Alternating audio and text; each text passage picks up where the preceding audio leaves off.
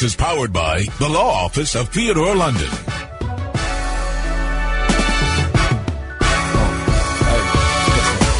Pardon me, darling, if I alarmed you. I don't mean to bother you. I just wanna get you to pause and slow your walk, so maybe we can talk and I can try to charm you. I'm just trying to find out who you are. I don't mean to come off like a telemarketer. I ain't no hood, no crook, no robber. I just want a part of your heart I could borrow sometimes. And maybe I can call you up sometimes. And maybe I can take you out sometimes. So let's exchange digits and later arrange digits. Either your place or mine, yeah. It's a different type of commitment, yeah. I'm talking about a true friendship, yeah. Someone I can depend on and be down no matter what. Let me know if you with it, cause girl, it'll be fly. If you are my B-U-B-D-Y, don't be shy. Give it a try. I could be yours. My apologies for even having to cut in on this wonderful track. But that, of course, the man, the myth, the legend, Attorney Theodore Ted London. How are you, good sir? Is he with us? He's there. Oh, I am here. Hey. There we go. How are you doing today? I am here. What a great pick. Right. Hey, you know, I thought you two would enjoy this.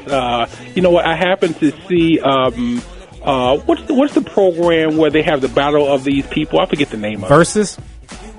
Versus. Yeah, I happened to watch Versus with Musiq Soulchild and Anthony Hamilton. Yeah. Not long ago. And that was a good Versus, and I really liked this song, so I thought you guys would enjoy it as well. I mean, I can't. Well, you know what? I can't think of a weak performance. Musiq Soulchild didn't perform too well on that Versus.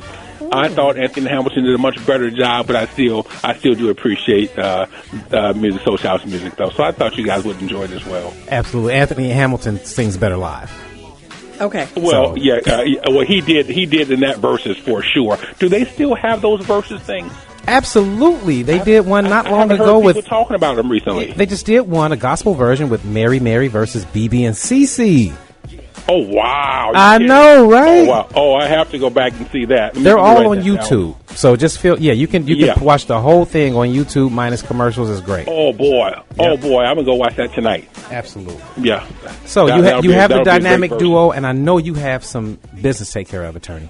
You know what, Mr. Tiva, thank you for allowing me to do my little business here. I have to say, as always, how much of a pleasure and a privilege it is to join Mr. Tiva and Attorney Kim every Thursday on the Legal Line. Thank you guys so much for having me. I want to say hello to my wonderful wife, Miss Kelly, who is listening right now. Dear, thanks for listening. Love you very much. And just to all the listeners who tune in to the Legal Line every week. We are so grateful that you tune in to the Legal Line, get some information, hear a little bit of music, maybe get a laugh or two as well during this segment. You know what, Attorney Kim and Tiva, I want to tell you guys something. I've been listening to your show during this week, as I do regularly, because I am as avid a WVON listener as all the other WVON listeners, and I have really been enjoying the segments about the mayoral race. Oh, and yeah. So those are, they have really been dynamic, spirited conversations. You know what? I caught the end of what's the Hispanic guy who's running Ray for mayor? Lopez, Alderman Lopez. I caught the end of that conversation. Was throwing rocks at the radio for having to listen to him respectfully. And then was that Mary Mitchell that was on a day or two ago? Laura Washington. Laura Washington, love Laura Washington on I didn't know who it was, but I just heard you commenting after she had gone off. I love Laura Washington on the ABC News in the morning.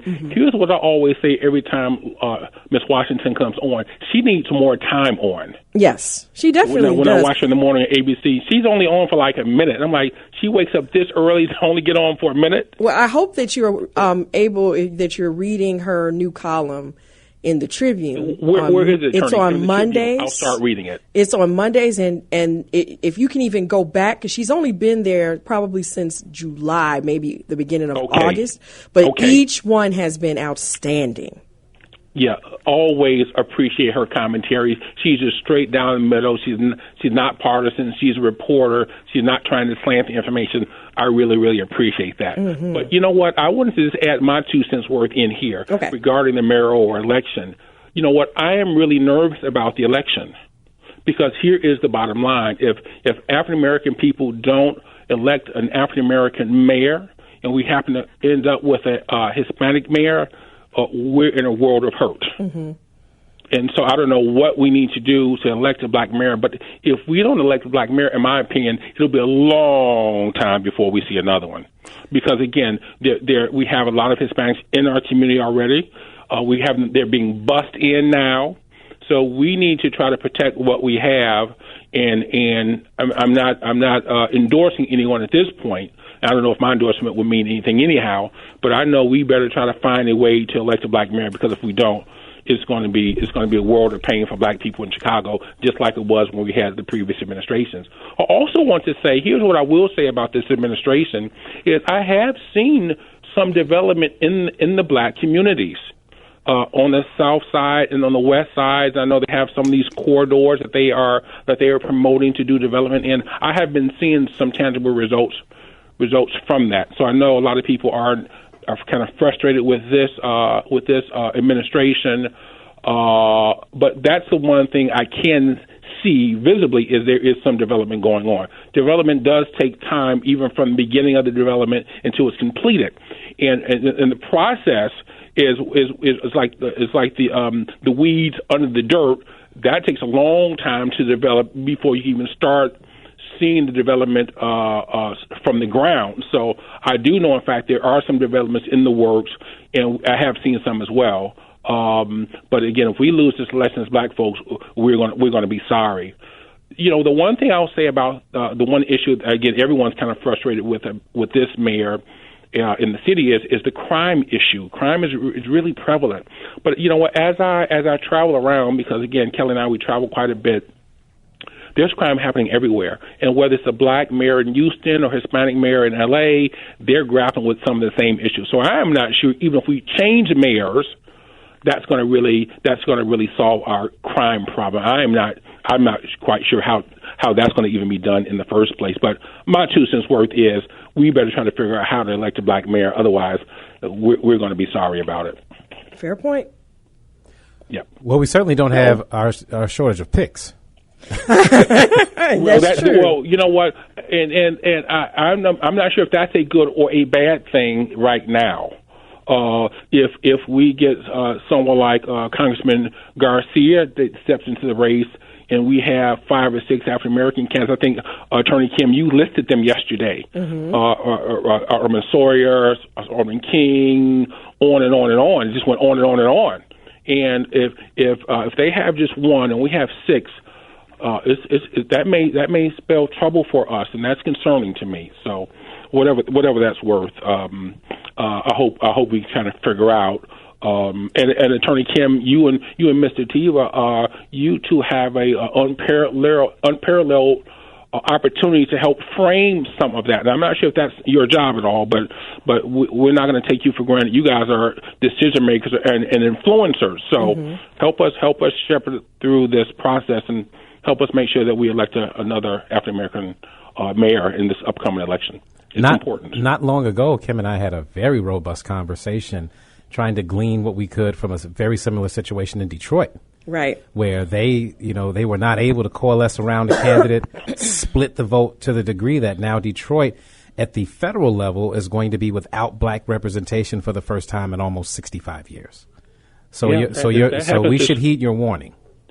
Yeah, but again, I'm encouraging you and Attorney Kim to, you know what, make some endorsements, encourage some people to get out and vote, and we make sure we have a robust campaign because, again, much of this election is going to turn on black people coming out to vote. Yes. And so we need to make sure that we have some get out your vote efforts, and we need to make sure people are getting out to vote. We know seniors will vote. We have to make sure young people get out and that they are registered and they do, in fact, get out to vote. So anyway, that's my 2 cents worth. Thank you so much for indulging me. You know what? When I am listening to your shows, when I'm sometimes driving home and you're having these conversations, I want to have my 2 cents worth. But you know what? The callers are so smart, and their comments are so terrific, and I really appreciate the way you two let the callers you give them the full time to express themselves. And I'm really I really like the way you guys handle the callers. So thank you so much. Thank you guys for that. Yeah. So, you know what? I want to tell you a little bit about my week this week. You know what? I made the furthest hospital visit I've made in my 25 years of practicing law. Many of the listeners know that I make hospital visits and I make nursing home visits, and of course we make many, many home visits. Well, last week I made a hospital visit all the way in Fort Lauderdale, Florida. Okay. I made a hospital visit to the Memorial Regional Hospital in Fort Lauderdale, Florida. And here's how that occurred. I happen to have served a very prominent family here in Chicago, and they had relatives the relatives actually lives in Hollywood, Florida, which is really just right next to Fort Lauderdale, Florida. And the relative has cancer in the hospital, had quite a bit of assets, relatively a young lady, only 70, and she needed to get some affairs in order. And so the family called me on Monday. I was actually in Fort Lauderdale on Wednesday. When I talked to the client on Monday, she was in the hospital. She was very clear about what she wanted to accomplish. Prepared all the documents for her, some trust documents, prepared some deeds to record the properties into the trust, prepared some power of attorneys for her, talked about what she's going to do with her substantial assets. Maybe $3 million or so in cash assets, a variety of accounts, home valued at roughly $1 million. Well, so when I got there on Wednesday, the plan was to see her on Wednesday as soon as I got into town so we could get these things accomplished. When I got there on Wednesday, they had sedated her. She was having some pain, so they gave her some medicine. So when I got there on Wednesday, she was not really coherent to understand what we were going to sign and to sign them. So I came back on Thursday. She was feeling better, coherent, although she was somewhat weak. We were able to get the document signed. But listen to this. She has two daughters. One daughter she hadn't spoken to in over 3 years. Mm-hmm. And so while I was at the hospital, that daughter wanted to come and see her. She said, absolutely not. I do not want to see her. So she didn't see that daughter. She left. The one daughter that she speaks to, who was at the hospital that day, was called a life estate. So that daughter is going to be able to live in the home valued at roughly $1 million. She's going to be able to live in that home for her lifetime, but she did not want to leave that daughter that home. So she actually left the home to her two grandchildren and to the two great-grandchildren, and she left them all the money as well. And so we did a living trust for her. She named a series of people to manage the money for the grandchildren and the great-grandchildren, because the youngest great-grandchild is only 2 years old. But as they mature, they're going to get quite a bit of money left by their grandmother and great-grandmother. But she did give the one daughter a life estate that's going to allow the daughter to live in the home for her lifetime, and the home's not going to be able to be sold until that daughter passes away. And then when it is sold, again, the money's going to be divided between the two grandchildren and the two great-grandchildren. And so, but I was shocked that she did not want the one daughter to come to visit her. Here's the ending of that story. I saw the lady on Thursday midday, and she passed away on Sunday. Mm-hmm. Okay, she had been in the hospital for 10 days, and within that 10-day time frame, she deteriorated rapidly. Just between Monday and Wednesday, when I talked to her on Monday, she was very clear, very adamant. She didn't want this daughter to get anything. She did not want this daughter to own the home, but she wanted her to be able to live in it. She wanted the grandchildren and the great-grandchildren to get the money, how she wanted to distribute it to them, what conditions they had to meet to entitle them to the money, who was going to manage the money for them over the course of the next 20 years. And we were able to do that for her, and then she ultimately did pass away. I guess the moral of the story is if family members have illnesses and they own real estate and they have some money in the bank and they don't have someone in a position to make decisions for them, please don't wait until it's a critical moment that you're in the hospital to get these things done. We were able to get it accomplished for her literally days before she passed away. And it's all going to be valid. She signed everything. Everything's witnessed and notarized. But let me ask you this. Because there was a day where she was okay, then a day where she wasn't okay, and then it happened to be on another day where she was okay and she was able to sign, would that be challengeable? No. Okay. No, because we had witnesses there. We had a notary there. She understood exactly what she wanted to do. She was competent. You have to be competent to understand what you're signing. She was clearly competent, notwithstanding the fact that she was weak. She didn't have a lot of energy, but she understood exactly what we were doing. We accomplished exactly what she wanted. The one daughter's going to be able to live in the home. The other daughter's getting absolutely nothing.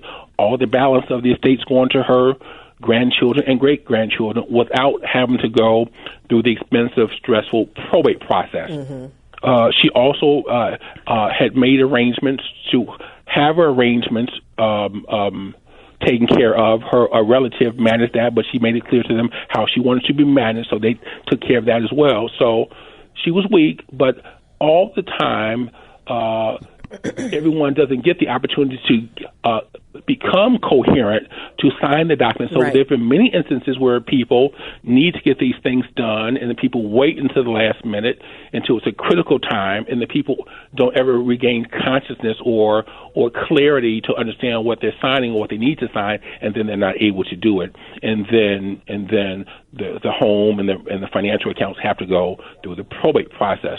So the point is, again, if people that you know, perhaps even you, if you have, we had a gentleman in today. He has cancer. He said, you know what, I've been diagnosed with cancer, even though he looks good, had a nice little mustache, well-groomed, good-looking guy. I presume his wife passed away, and I didn't ask him this, but he still had on his wedding ring. And so, but he said, listen, I want to get these things in order. And this guy is actually leaving everything to his stepdaughter. Mm-hmm. He has some biological children, but he's leaving everything to the one stepdaughter. So he said, she's always been with me. I raised her since she was young. I'm leaving everything to her. So had he not done the estate planning, and it had to go through the probate process, the stepdaughter wouldn't have been entitled to anything because she is not a biological child. It would have gone down through his bloodline to the sons that he's excluding had he not done the estate planning. So if you have an illness, if you have family members that have an illness, if you have loved ones that have an illness, if you know that they need to get these things done, please make sure that they do, because when they're not done, that estate planning that is, it creates a lot of stress for the family, a lot of pressure for the family, and you know what, a lot of expense for the family. So this is just an encouragement to all of you who know you probably need to get this done. You've been procrastinating your estate plan. Please put that on your things to do list and make sure that you get that accomplished for your family. We've got a caller on line one. Oh, yeah, we do. Let's take the call. Sure. Brother Hall, you're on VON. Oh, thank you so much.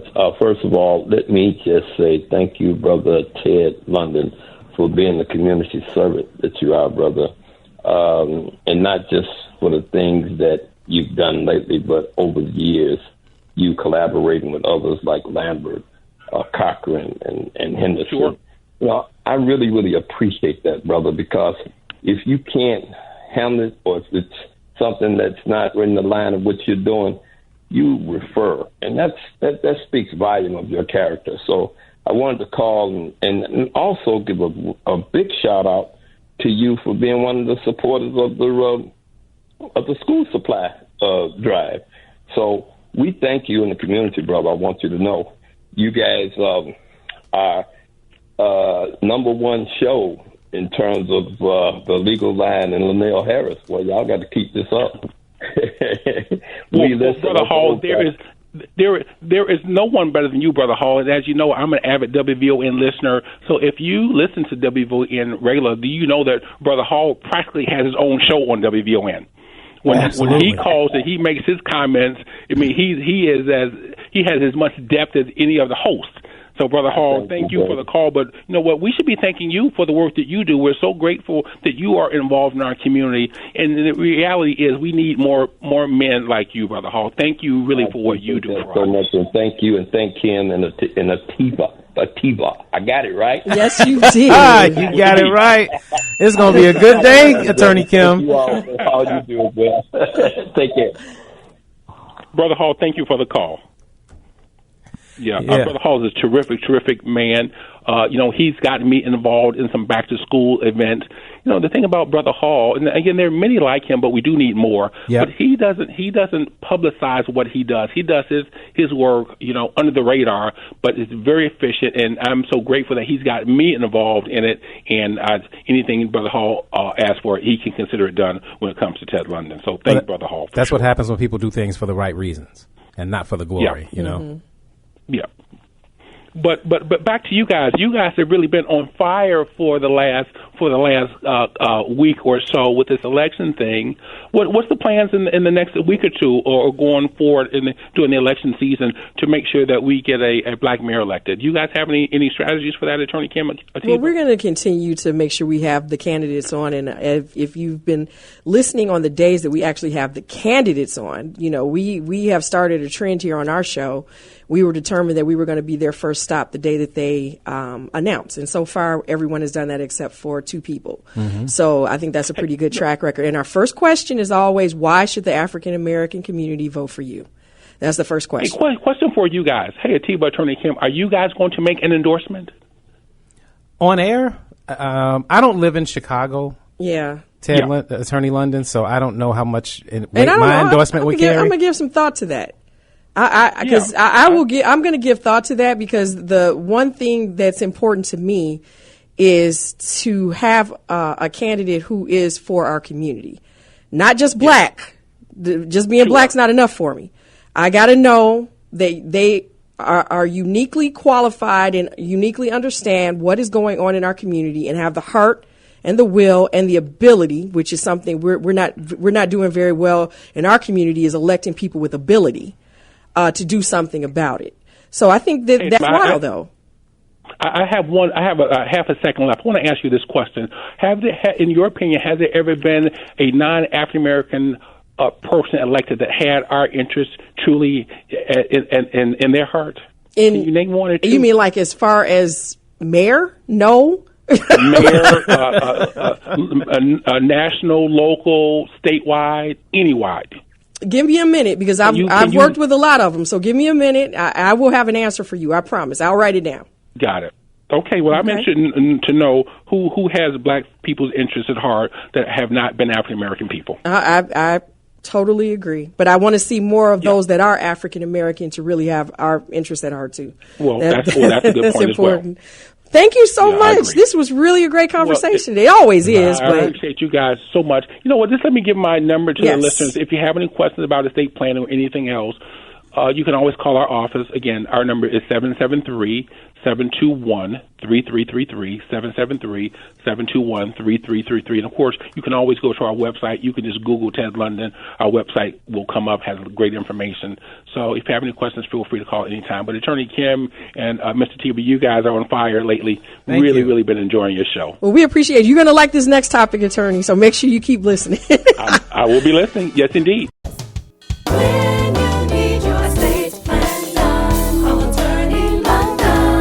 773-721-3333.